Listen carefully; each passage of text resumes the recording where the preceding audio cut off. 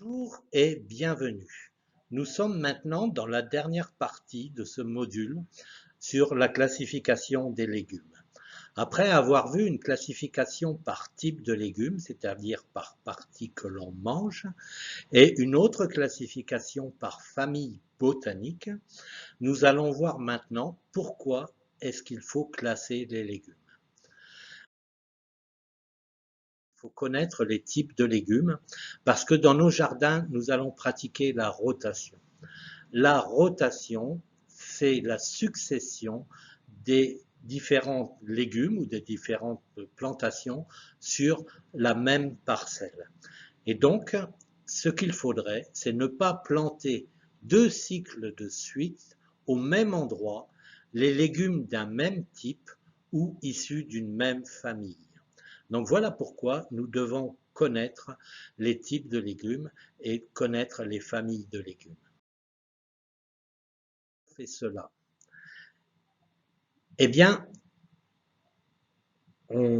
la rotation, ça va déjà d'abord éviter les maladies. C'est-à-dire que si l'on cultive plusieurs cycles de suite la même espèce, le même légume, des maladies peuvent venir et abîmer nos récoltes.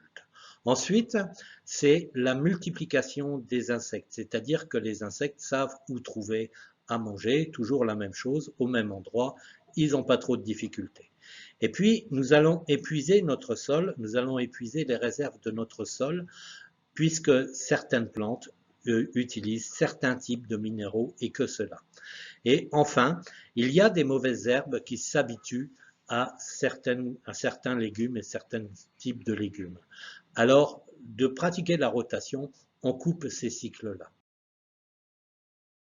La rotation, ça va nous donner une restructuration du sol, et puis utiliser beaucoup moins de pesticides puisqu'on n'aura pas toutes ces attaques d'insectes et de maladies. Nous allons voir maintenant. Eh bien, c'est très simple. Sur le premier cycle, quand on va démarrer sur une parcelle, on va mettre un légume feuille ou un légume fruit, comme du chou, du céleri, du concombre, de la tomate, du poireau ou même de la salade, des laitues. Le cycle suivant, après avoir mis ces légumes feuilles, on va mettre un légume graine, comme les haricots secs, mais aussi les pois chiches, les fèves, enfin tous ces légumes graines que l'on connaît déjà.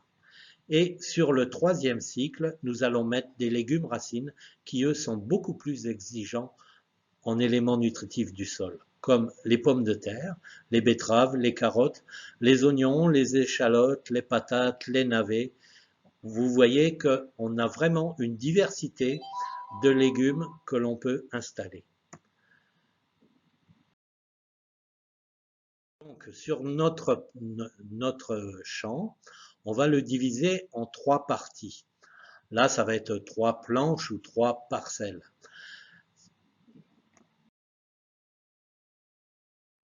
Voilà, nous entamons le premier cycle. C'est-à-dire que sur la parcelle 1, nous allons mettre des légumes feuilles. Là, des choux et des céleris. Sur la parcelle 2, nous allons mettre des légumineuses. Là, on a installé des haricots verts et des pois chiches. Et sur la dernière parcelle, comme c'est la saison, on va tout mettre en pommes de terre. Récolter, nous allons entamer le second cycle. Et sur la parcelle 1, là où on avait mis des légumes feuilles, nous mettons maintenant des légumineuses. Là, des pois et des haricots. Sur la parcelle 2, nous installons des légumes racines, là des betteraves et des carottes. Et enfin, sur la parcelle 3, nous mettons des légumes feuilles. Là, on met des choux et des choux-fleurs. Troisième cycle, ainsi. Et donc sur la parcelle 1, là où il y a eu des légumineuses, on met tout en patate. Sur la parcelle 2, là on installe tout en laitue. Et sur la parcelle 3, nous installons des légumineuses, des haricots et des petits pois. Et donc, ces trois cycles, on les renouvelle régulièrement, régulièrement, régulièrement. Ce que nous avons fait nous avons mis des légumes feuilles. Sur la planche 2, des légumineuses et sur la planche 3, des légumes racines. En deuxième cycle,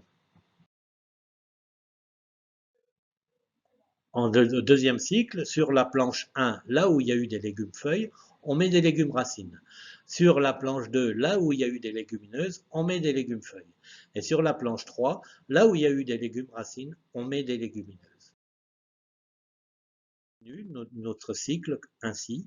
Sur le troisième cycle, sur la planche 1, là, après les légumes racines, nous mettons des légumineuses. Sur la planche 2, nous installons des légumes racines après les légumes feuilles. Et sur la planche 3, nous installons des légumes feuilles après les légumineuses. Et on renouvelle ainsi, toujours les planches et nos productions de légumes. Voilà, nous allons faire maintenant quelques exercices pour bien acquérir ces techniques et l'évaluation de fin de module. Donc, on se retrouve pour l'évaluation de fin de module.